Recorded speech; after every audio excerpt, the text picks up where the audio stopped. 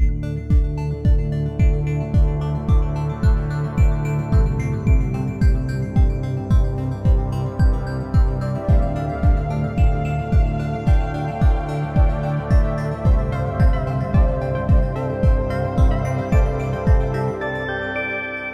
Kolkata, your daily dose of happiness.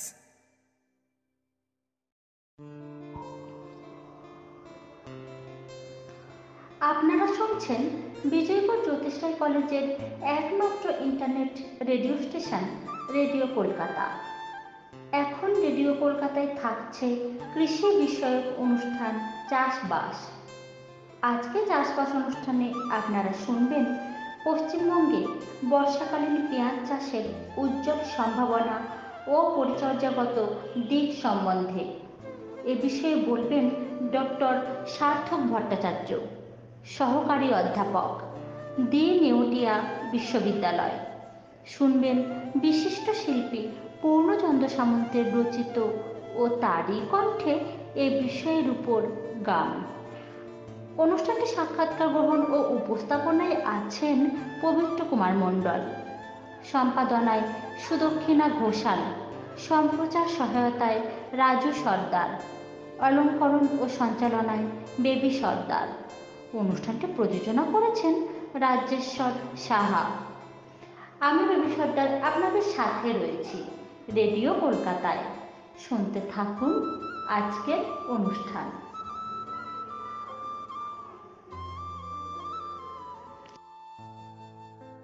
গ্রাম বাংলার সকল শ্রোতাবন্ধুকে অনেক অনেক শুভেচ্ছা ও ভালোবাসা জানিয়ে শুরু করছি আজকের অনুষ্ঠান। শ্রোতাবন্ধুরা, আজ আমাদের অনুষ্ঠানে শুনবেন পশ্চিমবঙ্গে বর্ষাকালীন পেঁয়াজ চাষের উজ্জ্বল সম্ভাবনা ও পরিচর্যাগত দিক। এ বিষয়ে বিশেষজ্ঞ হিসেবে রয়েছেন ডক্টর সার্থক ভট্টাচার্য, সহকারী অধ্যাপক, দি নেওয়াটিয়া বিশ্ববিদ্যালয়। নমস্কার ডক্টর ভট্টাচার্য। নমস্কার। হ্যাঁ, আমরা আলোচনা করতে বসেছি যে পশ্চিমবঙ্গে বর্ষাকালীন পেঁয়াজ চাষের যে উজ্জ্বল সম্ভাবনা রয়েছে এবং সেটাই কিভাবে পরিচর্যা করব। তো প্রথমে আমরা আসি যে পশ্চিমবঙ্গে পেঁয়াজ চাষের যে এলাকা সেটা কোন কোন জায়গায় রয়েছে এবং কতখানি গুরুত্ব রয়েছে আমাদের অর্থনৈতিক পরিকাঠামোয় এই পেঁয়াজ চাষের। হ্যাঁ হ্যাঁ বলুন। আচ্ছা, আমাদের পশ্চিমবঙ্গে মূলত শীতকালীন পেঁয়াজ চাষটাই করা হয়ে থাকে। হ্যাঁ হ্যাঁ হ্যাঁ। তবে পশ্চিমবঙ্গে পেঁয়াজ চাষের এলাকা বলতে প্রায় 21,000 হেক্টর জমিতে এবং এই পেঁয়াজ চাষ করা হয় এবং মোটামুটি ভাবে আমরা ফলন গড়ে আমরা 300,000 টন মতন পাই। এবং এখানে যে উৎপাদনশীলতা রয়েছে সেই উৎপাদনশীলতা হলো 14 টন প্রতি হেক্টরে। মানে এর থেকে সহজেই অনুমেয় যে আমাদের রাজ্যে কিন্তু পেঁয়াজের একটি যথেষ্ট চাহিদা রয়েছে। তবে চাহিদার তুলনায় কিন্তু আমাদের যোগান কিন্তু সেভাবে নেই।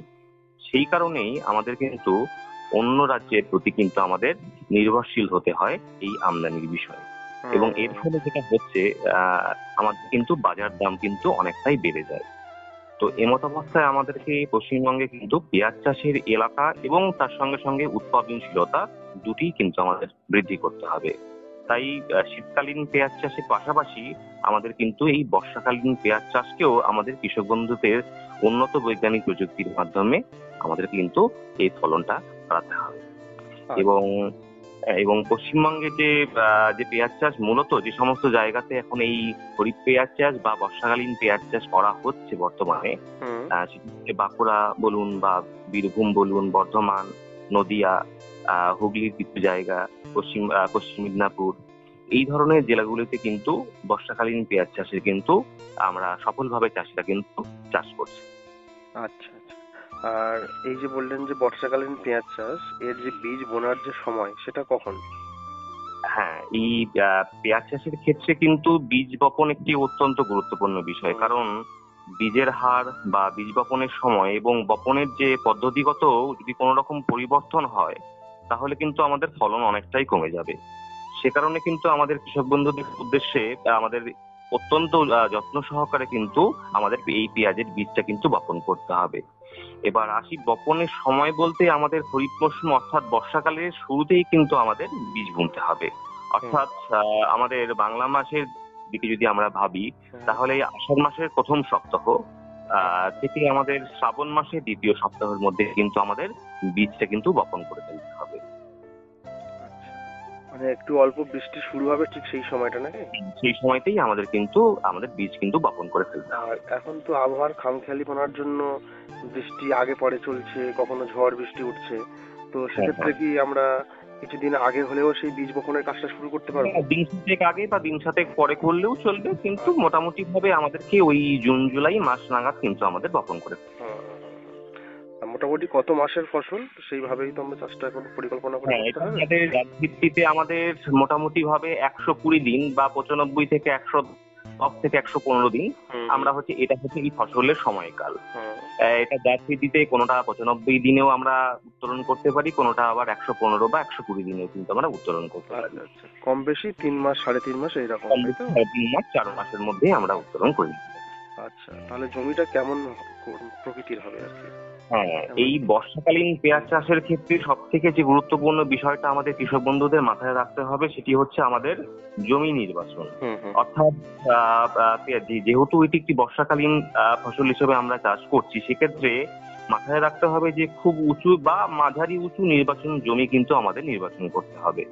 অর্থাৎ মাথায় রাখতে হবে যে বৃষ্টির জল যাতে জমে না থাকে আমাদের এমন জমি নির্বাচন করতে হবে, বা জল নিকাশি নালাযুক্ত যদি কোনো জমি থেকে থাকে সেটিও কিন্তু পেঁয়াজ চাষের ক্ষেত্রে উপযোগী।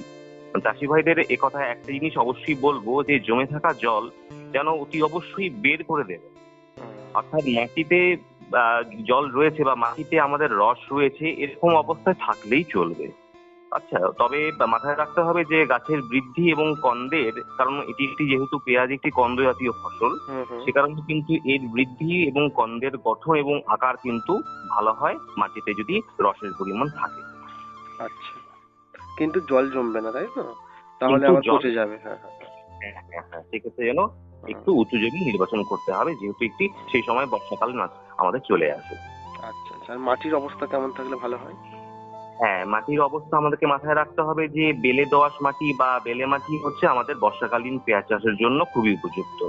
এবং মাটি হচ্ছে উর্বর এবং বেশি পরিমাণে জৈব পদার্থ থাকলে কিন্তু আমাদের পেঁয়াজের কন্দের যে বৃদ্ধি, সেই কন্দের বৃদ্ধি কিন্তু ভালো হয়। এবং মাটি যদি পশম প্রকৃতির হয় তাহলে আরো ভালো। এবং মাটির যে আমাদের যে পিএইচ, সেই পিএইচ এর মানটি আমাদের 6.5 থেকে 7 বা 7.5 মধ্যে থাকলে হচ্ছে আমাদের সেই মাটিকে আমরা উপযুক্ত মাটি হিসেবে আমরা বিবেচনা করে থাকি। পিএইচ এর মাত্রাটা কি বললেন, আরেকবার বলুন? আমাদের যে পিএইচ এর মাত্রা রয়েছে, মানে খুব অম্ল জাতীয় মাটি বা খুব ক্ষার জাতীয় মাটি কিন্তু পেঁয়াজ চাষের জন্য একদমই উপযুক্ত নয়। এবং যে আমাদের যে পিএইচ এর মান রয়েছে সেটি হচ্ছে ওই 6.5 থেকে 7 বা 7.5 মধ্যে থাকলে সেই মাটিটি হচ্ছে সব থেকে ভালোভাবে আমরা বিবেচনা করে থাকি। আচ্ছা, আর এই যে বর্ষাকালীন পেঁয়াজের ক্ষেত্রে কোন কোন জাত আমরা ব্যবহার করতে পারি? এরপরে আসি হচ্ছে আমাদের বর্ষাকালীন জাত সম্পর্কে। এই আমাদের যে বর্ষাকালীন পেঁয়াজ চাষের জন্য যে জাতগুলি উন্নত জাত হিসেবে আমাদের চাষ করা যেতে পারে, তার মধ্যে অন্যতম হলো এগ্রিফাউন্ড ডার্ক রেড। এছাড়াও এগ্রিফাউন্ড ডার্ক রেড ছাড়াও রয়েছে আমাদের আরকা নিকেতন রয়েছে, আরকা কল্যাণ রয়েছে, এগ্রিফাউন্ড রোজ রয়েছে। এই জাতগুলি হচ্ছে আমাদের উন্নত জাত হিসেবে আমরা বিবেচনা করে থাকি। আচ্ছা, আর বীজের হারটা কেমন হবে এবং শোধন করা কি প্রয়োজন রয়েছে? বীজের হার হিসেবে আমরা যদি 1 বিঘা অর্থাৎ 33 শতক জমির জন্য আমাদেরকে মোটামুটি ভাবে কম বেশি 750 গ্রাম থেকে 1 কেজি বীজ কিন্তু আমাদের প্রয়োজন। আচ্ছা, আর বীজ শোধন আমাদের করতে হবে তো? এই বীজ শোধনের বিষয়টি কিন্তু আমাদের চাষি ভাইদেরকে ক্ষেত্রে কিন্তু অতি গুরুত্বপূর্ণ বিষয়। অর্থাৎ বীজ শোধন কিন্তু আমাদেরকে অতি অবশ্যই করতে হবে বীজ বোনার আগে।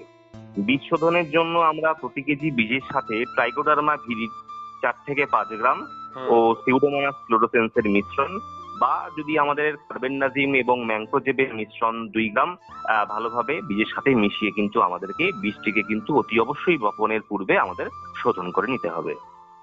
আচ্ছা, তাহলে যখন আমরা চাষবাসের পরিকল্পনা করব ঠিক তার আগে থেকেই সেই বীজতলা শোধনের ব্যাপারটাকে মিটিয়ে নিতে হবে, তাই তো?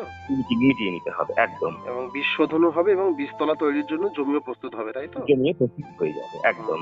আচ্ছা, এটা আমাদের কৃষক বন্ধুরা জানেন। এবং একটু যদি আপনি বলে দেন যে বীজতলা ও চারা তৈরি এবং বীজতলায় বীজ বপন, এইটা তো মূল পর্ব, মানে একদম আসল বিষয়। হ্যাঁ এই হ্যাঁ হ্যাঁ ব্যাপারটা যদি একটুখানি বুঝিয়ে বলেন। হ্যাঁ, এই বীজতলা এবং চারা তৈরি এটি সব থেকে গুরুত্বপূর্ণ বিষয় আমাদের বর্ষাকালীন পেঁয়াজ চাষের জন্য। অর্থাৎ বীজতলায় চারা তৈরি করে কিন্তু আমাদের নিতে হবে এবং যে একটু উঁচু অবস্থানে দেখে কিন্তু আমাদের সেটি নির্বাচন করতে হবে, যাতে পূর্বেই আমি বলেছি যাতে জল যেন কোনোভাবে না দাঁড়ায়। সে অবশ্যই। কারণে খুব যত্ন সহকারে আমাদের কৃষক বন্ধুদের কিন্তু এই বীজতলা এবং চারা তৈরি করতে হবে। এবং বীজ বোনার 1 মাস আগে এই বীজতলার মাটি কিন্তু আমাদের তৈরি করে নিতে হবে আচ্ছা। এবং বীজতলার মাটি ভালোভাবে কিন্তু আমাদের কুপিয়ে একদম ঝুরঝুরে করে নিতে হবে এবং মাথায় রাখতে হবে যে বীজতলায় যেন কোনো প্রকার আগাছা বা কোনো কাকড় বা কোনো নুড়ি পাথর যেন না থাকে। হুম। এবং আরেকটি জিনিস আমাদের কৃষক বন্ধুদেরকে বলবো যে বীজতলায় যদি পাতলা এবং স্বচ্ছ পলিথিন দিয়ে ঢেকে রাখা যায় এবং রোদ খাইয়ে শোধন করে নেওয়া যায়, সেটিও কিন্তু অত্যন্ত গুরুত্বপূর্ণ। আমাদের বীজতলা সাদা পলিথিন দিয়ে ঢেকে নিয়ে এবং ঢাকার পূর্বে প্রতি লিটার জলে যদি আমরা কার্বেন্ডাজিম 2 গ্রাম ভালো করে মিশিয়ে বীজতলায় হালকাভাবে স্প্রে করি, তাহলে কিন্তু আমাদের অত্যন্ত উপযোগী। এবং সেক্ষেত্রে আমরা 1 বিঘা জমিতে আমাদের হচ্ছে মোটামুটি বীজতলার জন্য 2.5 শতক জমির কিন্তু আমাদের প্রয়োজন। আচ্ছা আচ্ছা। আচ্ছা, এবং এক্ষেত্রে কি আরেকটি সার জিনিস, প্রয়োগ? হ্যাঁ, আরেকটি জিনিস মাথায় রাখতে হবে কৃষক বন্ধুদের, যে বীজতলাকে কিন্তু অবশ্যই কিন্তু জল নিকাশি ব্যবস্থা মুক্ত করতে হবে এবং বীজতলার জমি সেটি যেন হচ্ছে আমাদের মূল জমি থেকে অন্তত পক্ষে 1 ফুট উঁচু হয় এবং প্রতিটি বীজতলার চওড়া অন্তত পক্ষে 3 ফুট এবং লম্বাতে যদি 10 ফুট করা যায় তাহলে খুব ভালো হয়। হুম। জমি তৈরির সময় তো একটু সার প্রয়োগের কথা রয়েছে। বীজতলায় এছাড়াও সার কি প্রয়োগ- বীজতলাও দিতে হবে তো? হ্যাঁ হ্যাঁ হ্যাঁ, বীজতলাতেও কিন্তু আমাদের সার প্রয়োগও কিন্তু একটি গুরুত্বপূর্ণ বিষয় এবং আমাদেরকে মাথায় রাখতে হবে বিশেষ করে কৃষক বন্ধুদের যে বীজতলার জন্য 1 ঝুড়ি গোবর সার বা জৈব সার ঝুরঝুরে মাটির সাথে কিন্তু ভালোভাবে মিশিয়ে নিতে হবে।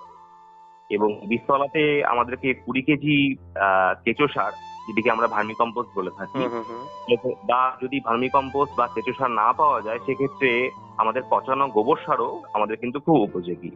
এবং এর সাথে সাথে 500 গ্রাম নিমখোল এবং 100 গ্রাম ইউরিয়া, এর সাথে সাথে 250 গ্রাম সিঙ্গেল সুপার ফসফেট এবং 100 গ্রাম মিউরিয়েট অফ পটাশ, এটি কিন্তু আমাদের ভালোভাবে বীজতলায় আমাদের কিন্তু মিশিয়ে দিতে হবে। আচ্ছা। এবং হ্যাঁ, এবং বীজতলাতে যদি কেঁচো সার বা গোবর সার ট্রাইকোডার্মা ভিজিডির সাথে মিশিয়ে দেওয়া যায় সেটি আরো উপযোগী আরো হয়। ভালো হয়।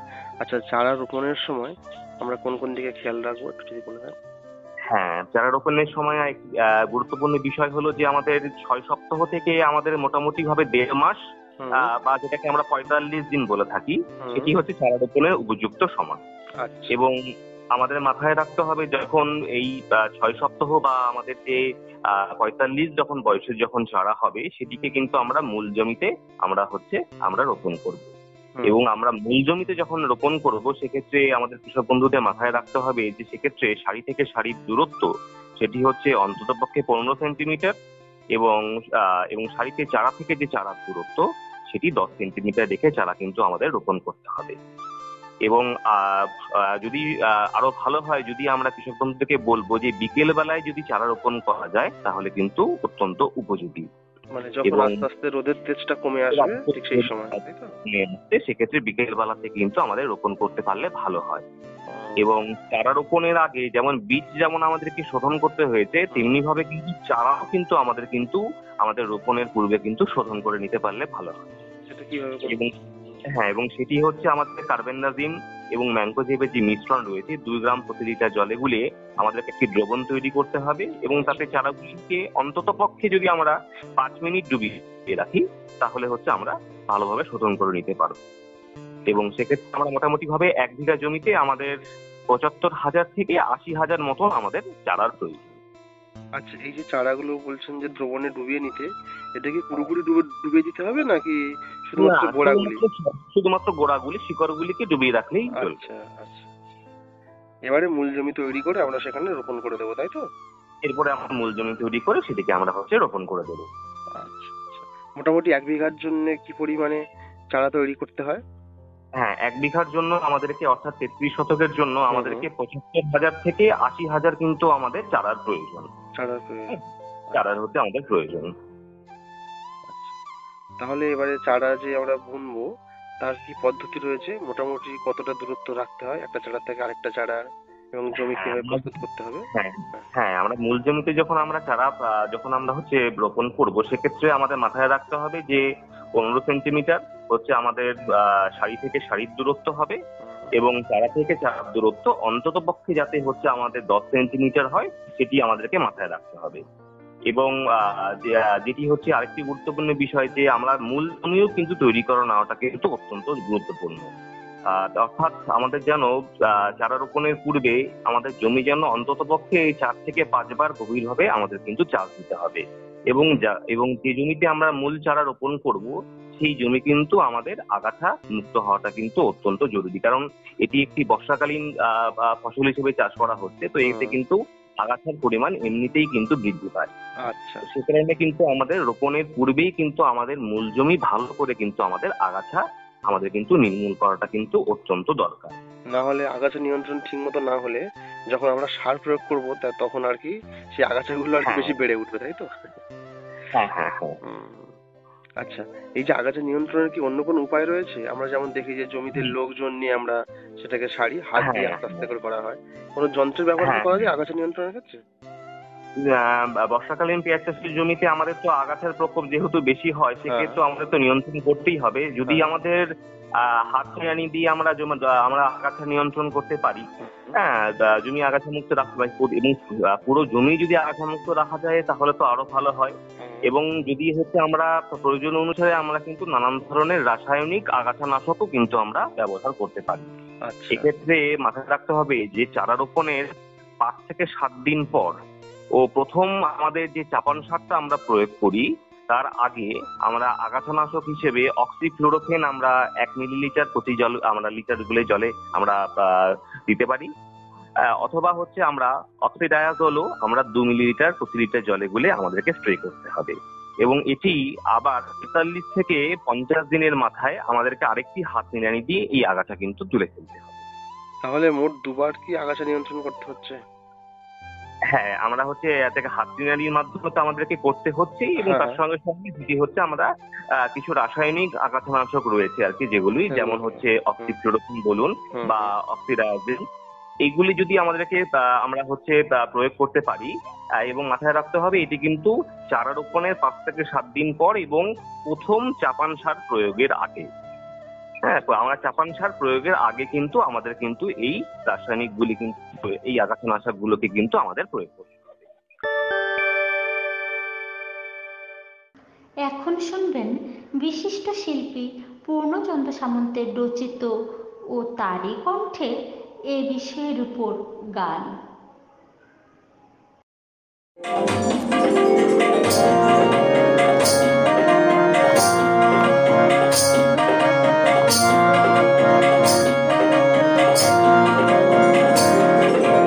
রান্নাঘরে ধরনা ধরে উপদেও পেঁয়াজ, রান্নাঘরে ধরনা ধরে উপদেও পেঁয়াজ, মাছ মাংস ঝালে ঝোলে আছে তো এর রেয়াজ, মাছ মাংস ঝালে ঝোলে আছে তো এর রেয়াজ।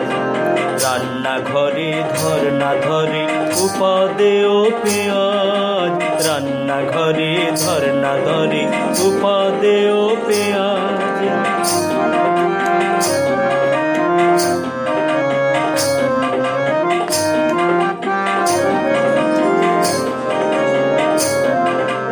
দুই মরশুমে হয় যে পেঁয়াজ, শীতে ও বর্ষায়, তাই অনটন হয় না দেশে থাকি তো ভরসায়।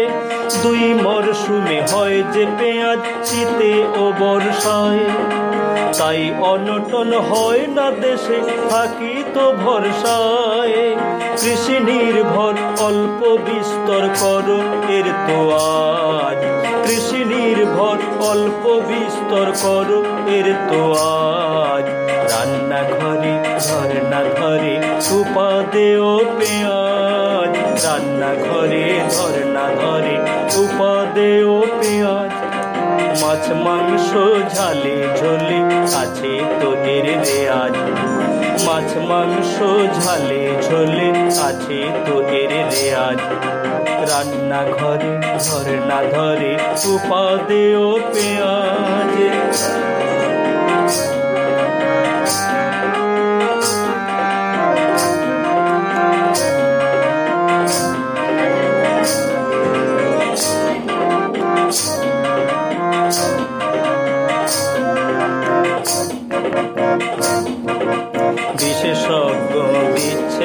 পাট পেঁয়াজ চাষের বিষয় অতি প্রয়োজনীয় এই সবজির রেখো একটু আশয়।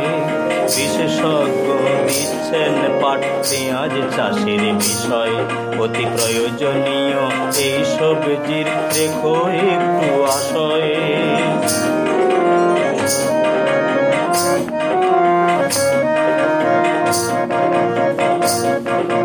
লাগাও ভালো পেঁয়াজ বীজ গৃহের আশেপাশে, লাগাও ভালো পেঁয়াজ বীজ গৃহের আশেপাশে।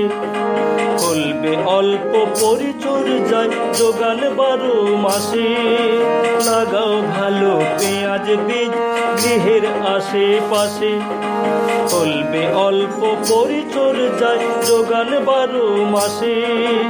অধিক হলে খাওয়ার পরে লাভের বাড়াই তো আজ, অধিক হলে খাওয়ার পরে লাভের বাড়াই তো আজ। রান্নাঘরে ধর্না ধরে উপাদেয় পেঁয়াজ, রান্নাঘরে ধর্না ধরে উপাদেয় পেঁয়াজ। মাছ মাংস ঝালে ঝোলে আছে তো এর রেয়াজ, মাছ মাংস ঝালে ঝোলে আছে তো এর রেয়াজ।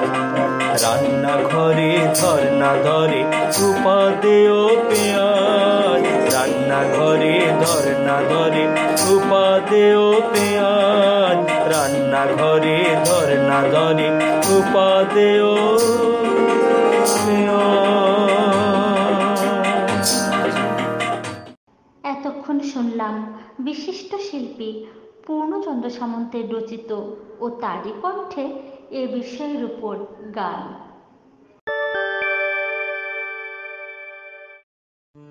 সার প্রয়োগের বিষয়ে আসি। আমার মূল জমি তৈরি হয়ে গেল, চারাও রোপণ করা হয়েছে জমিতে। এবারে কতদিন পরে সার প্রয়োগ করব, জলসেচ কতদিন পরে দেবো একটু বলে দিন। সার প্রয়োগের ক্ষেত্রে সব থেকে গুরুত্বপূর্ণ বিষয় কৃষক বন্ধুদেরকে বলবো যে কোনো সার প্রয়োগ করার, অর্থাৎ প্রাথমিক সার বলুন বা চাপান সার বলুন, এই প্রথম সার যেটা প্রয়োগ করছি প্রাথমিক সার, তো সেটি প্রয়োগ করার আগে কিন্তু আপনারা আপনাদের মাটি কিন্তু নিকটবর্তী কোনো আপনাদের এই মাটিগুলিকে কিন্তু পরীক্ষা করাটা কিন্তু অত্যন্ত জরুরি। অর্থাৎ মাটি পরীক্ষার ফলাফলের উপরে ভিত্তি করেই কিন্তু সার প্রয়োগ করতে হবে। এবং তাতে হচ্ছে আমাদের কিন্তু চাষে যে অত্যাধিক ভাবে যে আমরা সার প্রয়োগ করা হয় অনেক সময়, তার পরিমাণ কিন্তু অনেকটাই কমবে। এর ফলে কিন্তু আমাদের চাষি ভাইদের কিন্তু এই খরচটাও কিন্তু অনেকটা কমানো। আপনি বলছেন জমিতে যদি নাইট্রোজেন থাকে তাহলে আবার আমরা নাইট্রোজেন প্রয়োগ করবো না, আমরা প্রয়োগ করবো না। সেক্ষেত্রে হচ্ছে আমাদের মাটিটাকে আমরা বলবো যে কোনো নিকটবর্তী আমাদের পশ্চিমবঙ্গ সরকার সহ বিভিন্ন আমাদের যে দুটি আমাদের রাজ্যের কৃষি বিশ্ববিদ্যালয় রয়েছে, বিধানচন্দ্র কৃষি বিশ্ববিদ্যালয় বা উত্তরবঙ্গ কৃষি বিশ্ববিদ্যালয়, সেখানেও আমাদের মাটি পরীক্ষা করা হয়। যেখানে সুবিধে মতো হবে সেখানে গিয়ে যেন মাটিটাকে অন্ততপক্ষে পরীক্ষা করার উপরে ভিত্তি করে যে আমরা সারগুলোকে আমরা প্রয়োগ, সেটা যে কোনো চাষ করুন না কেন সেক্ষেত্রে কিন্তু পরীক্ষা করে নিতে হবে। এবং সেক্ষেত্রে আমাদের প্রাথমিক সার হিসেবে আর কি 1 বিঘা জমি হিসেবে আমাদের মোটামুটি ভাবে পরিমাণ মতো আমাদের ভার্মি কম্পোস্ট অর্থাৎ কেঁচো সার বা যদি আমাদেরকে পচানো গোবর সার আছে সেটিতে প্রয়োগ করতেই হবে। এবং তার সাথে সাথে আমাদেরকে 100 থেকে 120 কেজি আমাদের নিম খোল কিন্তু প্রয়োগ করতে হবে। এবং এই সময় প্রাথমিক সার হিসেবে এবং বিঘা প্রতি আমাদেরকে 16 KG urea, 50 KG single super phosphate এবং 8 কেজি হচ্ছে পটাশ আমাদের কিন্তু প্রয়োগ করতে হবে। এবং আরেকটি গুরুত্বপূর্ণ সেটি হচ্ছে আমাদের সালফার। আমাদের কিন্তু পেঁয়াজের ক্ষেত্রে ঝাঁজের জন্য কিন্তু আমাদের সালফার দরকার, তো সেক্ষেত্রে কিন্তু আমাদের 3 কেজি সালফার কিন্তু আমাদের প্রয়োগ করতে হবে। এটি হচ্ছে আমাদের প্রাথমিক সার হিসেবে। আর চাপান সারের ক্ষেত্রে আমাদেরকে মাথায় রাখতে হবে যে কতদিন পর দিতে হয়। হ্যাঁ, চারা লাগানো 30 দিনের মাথায় আমাদের চাপান সার প্রয়োগ করতে হবে। আচ্ছা আচ্ছা। হ্যাঁ, এটি হচ্ছে আমাদের প্রথম চাপান সার। এবং বিঘা প্রতি হচ্ছে আমাদের 8 কেজি ইউরিয়া আমাদের দিতে হবে। আর চারা লাগানোর মোটামুটি ভাবে ওই 40 থেকে 45 দিন পর আমাদের দ্বিতীয় চাপান সার আমাদের প্রয়োগ করতে হবে।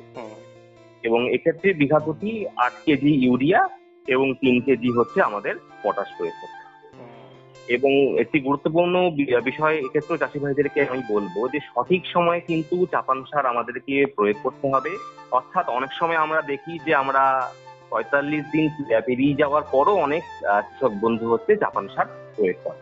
তো সেতে যেটি সমস্যা হয় যে যদি আমরা পরে চাপান সার আমরা প্রয়োগ করি, সেক্ষেত্রে কিন্তু পেঁয়াজের যে গলা সেটি কিন্তু মোটা, হ্যাঁ।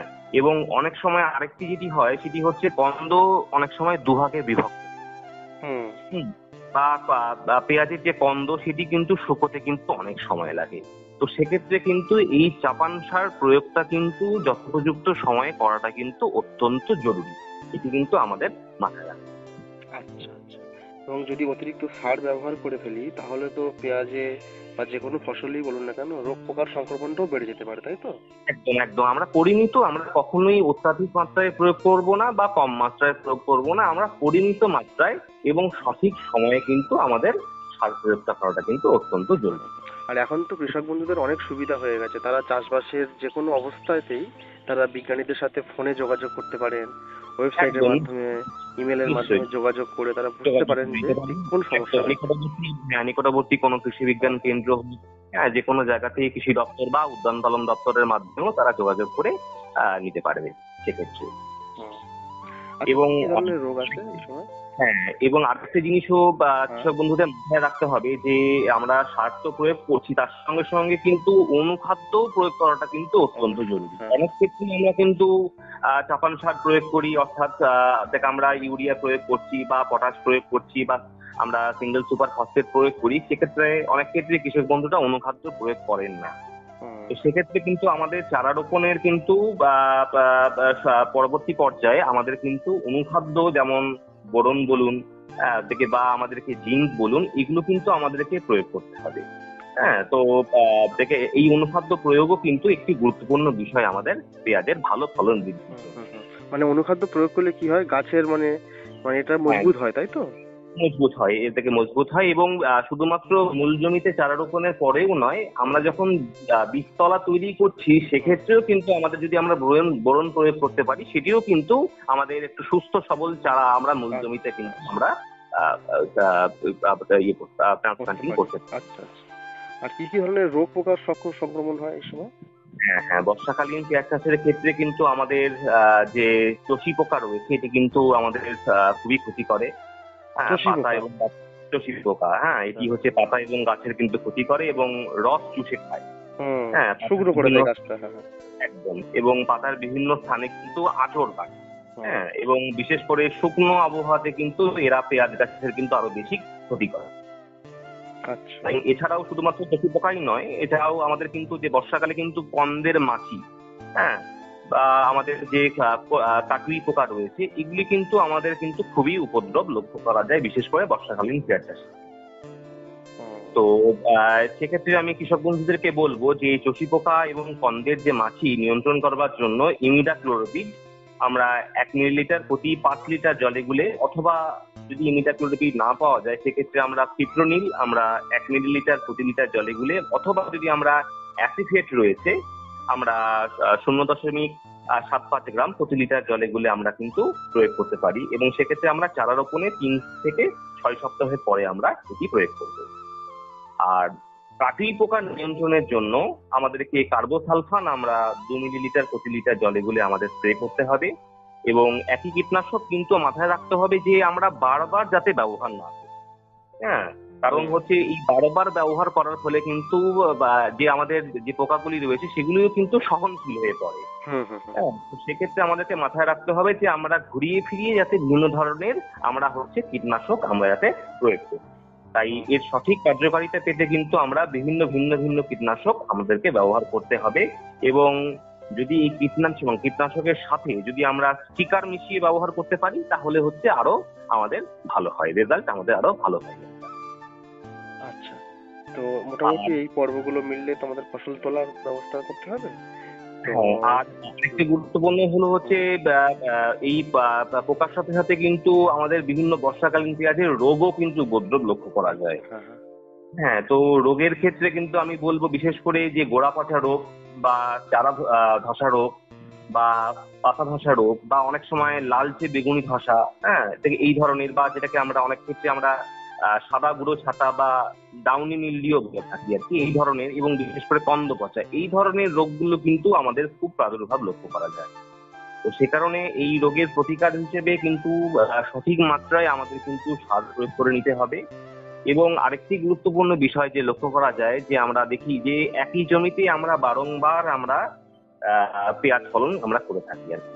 তো সেক্ষেত্রে কিন্তু একই জমিতে বারবার পেঁয়াজ চাষ কিন্তু করা যাবে না, সঠিক কিন্তু আমাদের শস্য পর্যায়ে আমাদের কিন্তু অবলম্বন করতে হবে। আচ্ছা আচ্ছা, মানে যে জমিতে এবারে পেঁয়াজ করছি সেটা হয়তো গতবারে ডাল করলাম, তাই তো? হ্যাঁ, তার আগে ধান করলাম, ঘুরিয়ে ফিরিয়ে চাষটা করতে হবে। ঘুরিয়ে ফিরিয়ে কিন্তু আমাদেরকে আমাদের সঠিক শস্য পর্যায়ে যেমন আপনি বলছিলেন যে বিভিন্ন ঘুরিয়ে ফিরিয়ে কীটনাশক প্রয়োগ করতে হবে, যেমন আমাকে করতে হবে ঠিক তেমনিভাবে কিন্তু আমাদের ঘুরিয়ে ফিরিয়ে কিন্তু আমাদের হচ্ছে এই সঠিক শস্য পর্যায়টিকে আমাদেরকে মাথায় রাখতে হবে। এবং বীজ থেকে বীজতলা বা চারা শোধন সবগুলি কিন্তু, কারণ আমাদেরকে মাথায় রাখতে হবে যে কোনো জায়গা থেকেই কৃষক বন্ধুদেরকে বলবো যে চারা বলুন বা বীজ যে কোনো ধরনের আমাদের সার্টিফাইড কোনো সংস্থা থেকেই কিন্তু নেওয়া কিন্তু অত্যন্ত জরুরি। কারণ অনেক ক্ষেত্রে আমরা দেখি যে সঠিক আমরা কিন্তু বীজ পাই না, বা সেক্ষেত্রে কিন্তু ফলনের পরিমাণও কিন্তু অনেক ক্ষেত্রে কমে। আমরা দেখি গ্রাম বাংলায় কিন্তু ঘরোয়া বীজ ব্যবহার করছেন অনেকেই। ঘরোয়া বীজ, হ্যাঁ। তো সেক্ষেত্রে আমি বলবো যে এটাই হচ্ছে যে কোনো ধরনের নিকটবর্তী কোনো কৃষি বিজ্ঞান কেন্দ্র হোক বা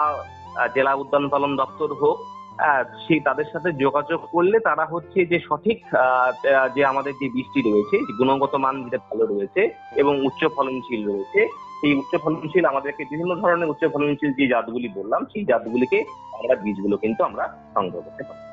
আচ্ছা, আমরা তো একটু ফলনের কথায় আসবো, কেমন ফলন হবে বা কিভাবে সেই ফলনটাকে আমরা তুলবো এবং লাভ লোকসানের হিসাব একটা করবো।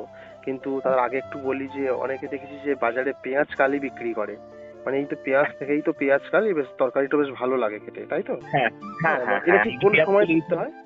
হ্যাঁ, পেঁয়াজ কলি হচ্ছে আমরা যখন পেঁয়াজটাকে আমরা যখন পুরোপুরি যখন কন্দ তৈরি হয়ে গেল, হ্যাঁ, তো তার সেই ক্ষেত্রে আমরা তার কিছুক্ষণ আগেও তো আমরা সবজি জাতীয় হিসেবে কিন্তু আমরা এই পেঁয়াজ কিন্তু আমরা নিতে পারি আর কি। এবং এটিও কিন্তু বহুল ভাবে কিন্তু আমরা ব্যবহার করতে পারি বিভিন্ন ধরনের রান্না থেকে শুরু করে বিভিন্ন জায়গাতে কিন্তু, এবং এতে বেশ মুখরোচক খাবার, খাবার হিসেবে কিন্তু পাওয়া যায়।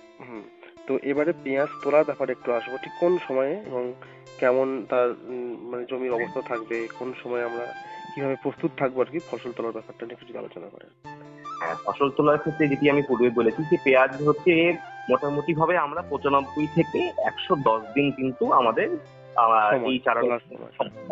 হ্যাঁ, তবে জাত ভিত্তিতে আমাদের হচ্ছে সময়টা কিছুকাল বাড়তে পারে বা কমতে পারে। এবং মাথায় রাখতে হবে যে যখন গাছের আমাদের প্রায় 55 থেকে 70% পাতা আমাদের শুকিয়ে যাবে, তখন হচ্ছে আমাদের মাটি থেকে কিন্তু পেঁয়াজ আমাদের কিন্তু উত্তোলন করতে হবে। তবে এক্ষেত্রে একটি গুরুত্বপূর্ণ বিষয় আমাদেরকে মাথায় রাখতে হবে যে পেঁয়াজ যখন আমরা উত্তোলন করব তার 7 থেকে 10 দিন পূর্বে কিন্তু আমাদের কোনো জলসেচ কিন্তু দেওয়া যাবে না। অর্থাৎ কন্দ তোলার 10 থেকে 15 দিন আগে পুরোপুরি ভাবে আমাদের কিন্তু সেচ বন্ধ করতে হবে। কারণ এমনিতেই আমাদের বর্ষাকালীন পেঁয়াজ চাষ হচ্ছে, আমাদের সেইভাবে খুব একটা আমাদের জলসেচের প্রয়োজন হয় না আর কি। তবে মাথায় রাখতে হবে যে যদি দুটি বৃষ্টিপাতের পরিমাণ বৃষ্টিপাতের মধ্যে যদি অন্তর অনেকটা বেশি থাকে সেক্ষেত্রে আমাদেরকে অবশ্যই জলসেচ প্রয়োগ করতে হবে। এছাড়া খুব একটা বেশি প্রয়োজন হয় না। কিন্তু কন্দ তোলার আগে এটি কিন্তু মাথায় রাখতে হবে কোনোভাবেই যাতে আমরা অন্তত পক্ষে 10 থেকে 15 দিন আগে আমরা যেন জলসেচ প্রয়োগ না করি। হ্যাঁ, এবং মাটি থেকে কন্দগুলি তোলার পরে আমাদেরকে মাথায় রাখতে হবে যে পাতা সহ আমাদের যে এই 4 থেকে 5 দিন আমাদের কিন্তু কিউরিং, যেটাকে আমরা প্রাক শুষ্ককরণ বলে থাকি, সেটি কিন্তু করতে হবে। অর্থাৎ জমিতেই আমাদেরকে 4 থেকে 5 দিন কিন্তু এটাকে ফেলে রাখতে হবে। আচ্ছা, আর আমরা যদি পরিচর্যা করি সেক্ষেত্রে আমরা বর্ষাকালীন কিন্তু পেঁয়াজের ভালো কিন্তু ফলন পাওয়া সম্ভব, এবং মোটামুটি ভাবে বিঘা প্রতি আমরা 30 থেকে 35 কুইন্টাল আমরা গড় ফলন পেতে পারি। আচ্ছা, তাহলে মোটামুটি আলোচনার আমরা শেষে পৌঁছে গেছি। তো একটু যদি লাভ এবং লোকসানের দিকটা কি কি রয়েছে একটু আলোচনা করেন, তাহলে কৃষক বন্ধুরা সাবধান হতে পারবেন। হ্যাঁ, আমি একটি 1 বিঘা জমির যদি কোনো কৃষক বন্ধু চাষ করে থাকেন তাহলে চারা তৈরি থেকে ফসল তোলার পর্যন্ত বর্ষাকালীন পেঁয়াজ চাষের ক্ষেত্রে আমরা বিঘা প্রতি আমাদের 20,000 টাকা মতন আমাদের খরচ হয়। আচ্ছা, এবং বিঘা প্রতি যদি আমি উৎপাদন যদি আমি 3,000 কেজিও ধরি এবং প্রতি কেজি যদি আমি 20 টাকা করে বাজার দর হিসেবে ধরি, তাহলে 3,000 টাকা গুণিত 20 মানে আমি একটি কৃষক বন্ধু 60,000 টাকা হচ্ছে সে উপার্জন করতে পারে। অর্থাৎ আমি যদি চারা তৈরি থেকে ফসল তোলার যে খরচা, অর্থাৎ 20,000 টাকা যদি থেকে আমি ছেড়ে দিই, তো সেক্ষেত্রে কিন্তু অতি অনায়াসে 40,000 টাকা পর্যন্ত একটি কৃষক বন্ধু কিন্তু মোটামুটি 4 মাসের হিসাবে 40,000 টাকা তাহলে আয় হতে পারে, তাই তো? হ্যাঁ, 40,000 টাকা পর্যন্ত আয় হতে পারে। এবার যেহেতু আমাদের পেঁয়াজ এই দামের থেকে আমাদের ওঠানামা করে, সেক্ষেত্রে কিন্তু আমাদের লাভটাও আমাদের সেইভাবে কিন্তু বাড়তে পারে, একটু কমতে পারে। তাহলে মোটামুটি এই চাষটা লাভজনক বলা চলে, তাই তো?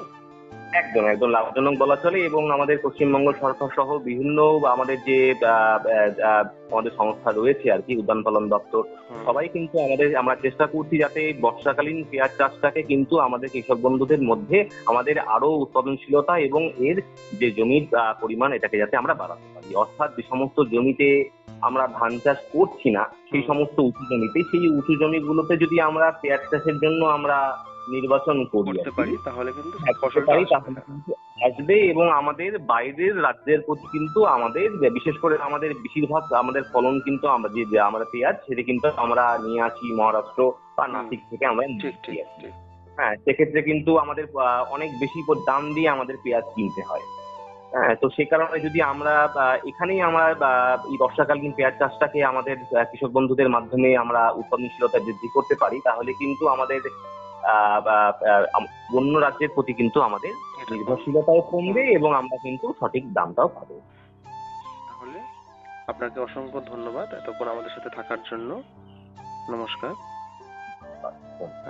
শ্রোতা বন্ধুরা, আমরা এতক্ষণ শুনছিলাম পশ্চিমবঙ্গে বর্ষাকালীন পেঁয়াজ চাষের উজ্জ্বল সম্ভাবনা ও পরিচর্যাগত দিক, আর এই বিষয়ে আলোচনা করছিলেন ডক্টর সার্থক ভট্টাচার্য, সহকারী অধ্যাপক, দি নেওরিয়া বিশ্ববিদ্যালয়। ডক্টর ভট্টাচার্য, আপনাকে অসংখ্য ধন্যবাদ এবং নমস্কার জানাই আমাদের অনুষ্ঠানে এতক্ষণ থাকার জন্য। গ্রাম বাংলার সকল শ্রোতা বন্ধুকে অনেক অনেক শুভেচ্ছা ও ভালোবাসা জানিয়ে শেষ করছি আজকের অনুষ্ঠান।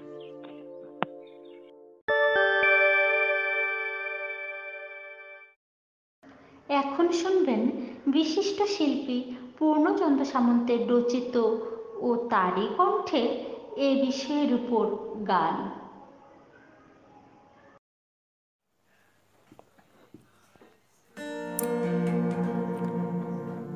কোল্ড স্টোরেজে রয় না পেঁয়াজ, তাই এর চাষ বারে বারে। কোল্ড স্টোরেজে রয় না পেঁয়াজ, তাই এর চাষ বারে বারে। শীতের পেঁয়াজ দেশে হয় অকুলান, তাই বর্ষায় আর বারে। কোল্ড স্টোরেজে রয় না পেঁয়াজ, তাই এর চাষ বারে বারে।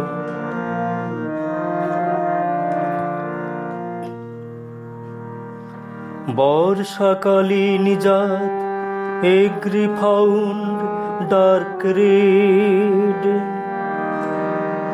দোআঁশ বেলে দোআঁশ মাটিতে করো এর বেড। বর্ষাকালীন জাত এগ্রিফাউন্ড ডার্ক রেড, দোআঁশ বেলে দোআঁশ মাটিতেই করো এর বেড।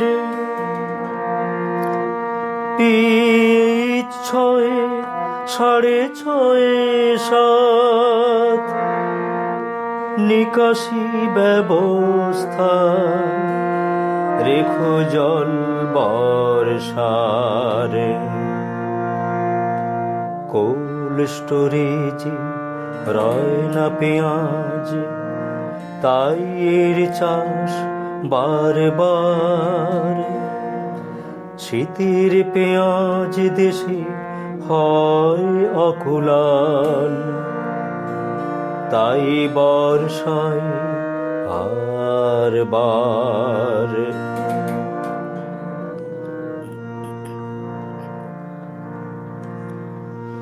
বীজতলার মাটিতে প্রয়োগ করতে হবে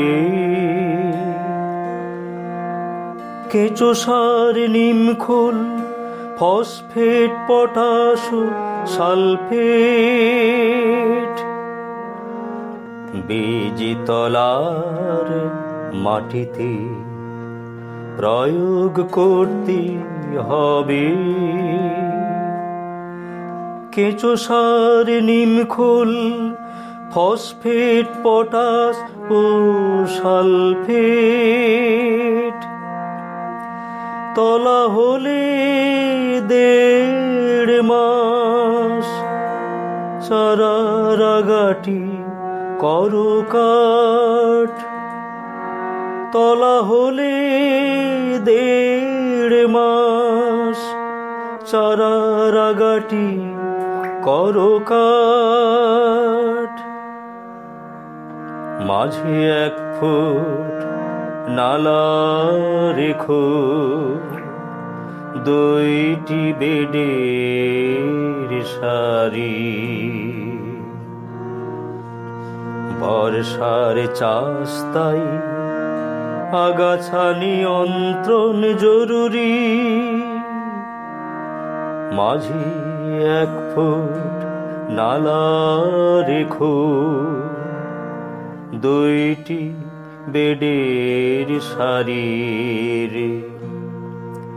বর্ষার চাষ তাই আগাছা নিয়ন্ত্রণ জরুরি। বিঘা প্রতি 1 কেজি পেঁয়াজের বীজ। সার প্রয়োগের সাথে সাথে অনুখাদ্য দিও ভাই। সার প্রয়োগের সাথে সাথে অনুখাদ্য দিও ভাই। চিরুনি পোকার দমন, ছত্রাক নাশক চাই। সার প্রয়োগের সাথে সাথে অনুখাদ্য দিও ভাই। চিরুনি পোকার দমন আর ছত্রাক নাশক চাই। বর্ষার অধিক যত্ন প্রয়োজন পরিচর্যার।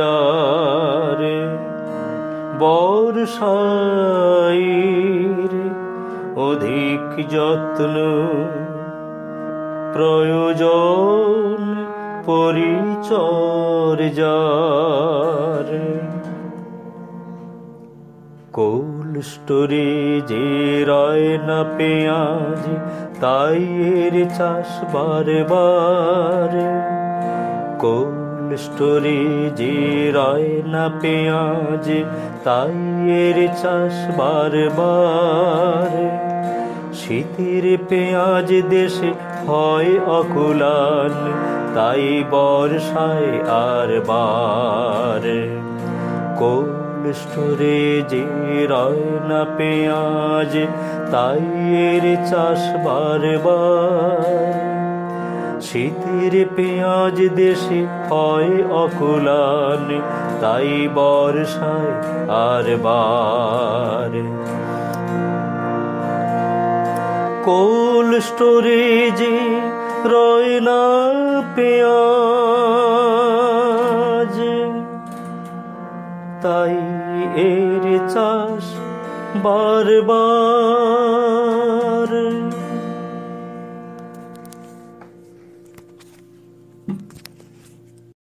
এতক্ষণ শুনলাম বিশিষ্ট শিল্পী পূর্ণচন্দ্র সামন্তের রচিত ও তারই কণ্ঠে এ বিষয়ের উপর গান।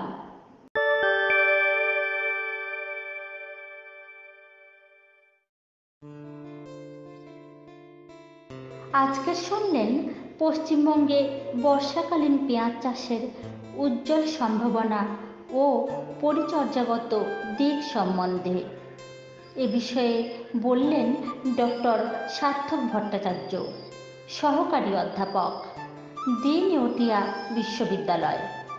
শুনলেন বিশিষ্ট শিল্পী পূর্ণচন্দ্র সামন্তের রচিত ও তারই কণ্ঠে এ বিষয়ের উপর গান। অনুষ্ঠানটি সাক্ষাৎকার গ্রহণ ও উপস্থাপনায় ছিলেন পবিত্র কুমার মণ্ডল, সম্পাদনায় সুদক্ষিণা ঘোষাল, সম্প্রচার সহায়তায় রাজু সর্দার, অলঙ্করণ ও সঞ্চালনায় বেবি সর্দার। অনুষ্ঠানটি প্রযোজনা করেছেন রাজেশ্বর সাহা। আপনাদের সঙ্গে ছিলাম আমি, বেবি সর্দার। বিজয়গড় জ্যোতিষরায় কলেজের একমাত্র ইন্টারনেট রেডিও স্টেশন রেডিও কলকাতায় শুনুন কৃষি বিষয়ক অনুষ্ঠান চাষবাস। আপনাদের কাছে আমাদের চাষবাস অনুষ্ঠানটি কেমন লাগছে সে বিষয়ে মতামত জানাতে কিন্তু ভুলবেন না। আমাদের ইমেল আইডি হলো radiokolkata.chasbas@gmail.com। আজকের অনুষ্ঠানটি শুনতে রেডিও কলকাতা অ্যাপ ডাউনলোড করুন অথবা radiokолkata.org এ ক্লিক করে আমাদের ওয়েবসাইট ভিজিট করুন ও লাইভ নাও বাটন ক্লিক করুন। আবারও আগামীকাল হাজির হব আমরা নতুন অনুষ্ঠান নিয়ে। সকলে ভালো থাকুন, সুস্থ থাকুন আর শুনতে থাকুন রেডিও কলকাতা।